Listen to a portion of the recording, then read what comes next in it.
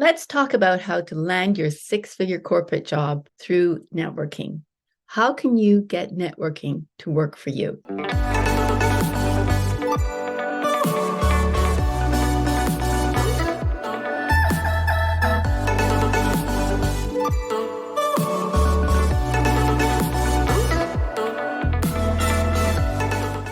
My biggest successes in moving up the ranks in corporate jobs came through the people I knew and the people I met. My very first job in the pharmaceutical industry came from someone who I barely knew, who I networked with. That person I had hired to do some meetings for a group that I was working with in my local area.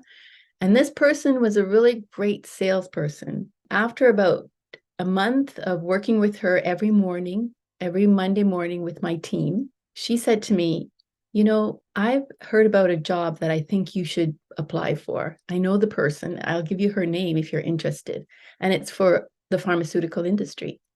Well, I didn't hesitate because this is something I was thinking about doing, getting into the pharmaceutical industry. So I applied for the job and I got it. Granted, it wasn't a six-figure job at the time. It was a five-figure job, but it was high five figures. And I knew that would be a place that I could move up into a six-figure corporate job easily. So I created a strategy and I started moving up the ranks. And who helped me in that? My network. Networking gets a bad rap, but networking works. In a study that was completed in the 2000s, 84% of people said that they got their jobs, six-figure jobs, 84% through weak ties. And a weak tie is someone you don't know very well. You probably just met them through another connection, maybe once, maybe twice.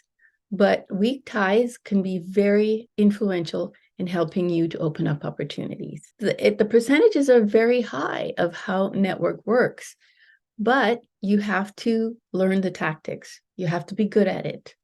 And it takes some time and effort, but it does pay off. So as this study mentions, weak ties can open up strong opportunities. Some of my biggest opportunities have come from weak ties. On one occasion, I had an opportunity open up to me through a random conversation. I was attending a business meeting for my company, and they had flown a lot of us to Scottsdale, Arizona. And there were people from all across the company, different teams, different departments, different parts of the country. Some of them I had spoken to on the phone, and some I had never met before. So I made it a point to reach out to as many people as I could to get to know them face to face. On one occasion, we were going on a little hike up one of the mountains in the area, and there were some men and women who were involved in a really avid conversation about a new department that was starting up in the company. I found out it was customer strategic development. And customer strategic development is something I was really interested in, so I asked even more questions. One of the gentlemen who was in the group turned around and said, well, there's a position open with the team right now, director of the department. Is that something you're interested in? I said, absolutely. And before you knew it, I applied for the job. It turned out that the gentleman who asked me was the VP, who was the one who would be hiring, and I was offered the position. So this leads me to another recommendation for you. Start by networking in your own company. Reach out to people who you've never met and have conversations with them. If you're able to, book a coffee meeting or a lunch meeting.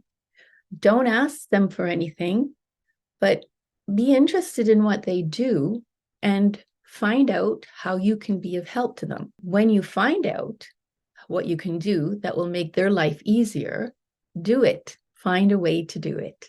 Another route for networking is through LinkedIn. There are thousands and thousands of people that belong to LinkedIn, and many of them have the positions that you probably would like to have. So reach out to some of these people. Don't be afraid of being rejected.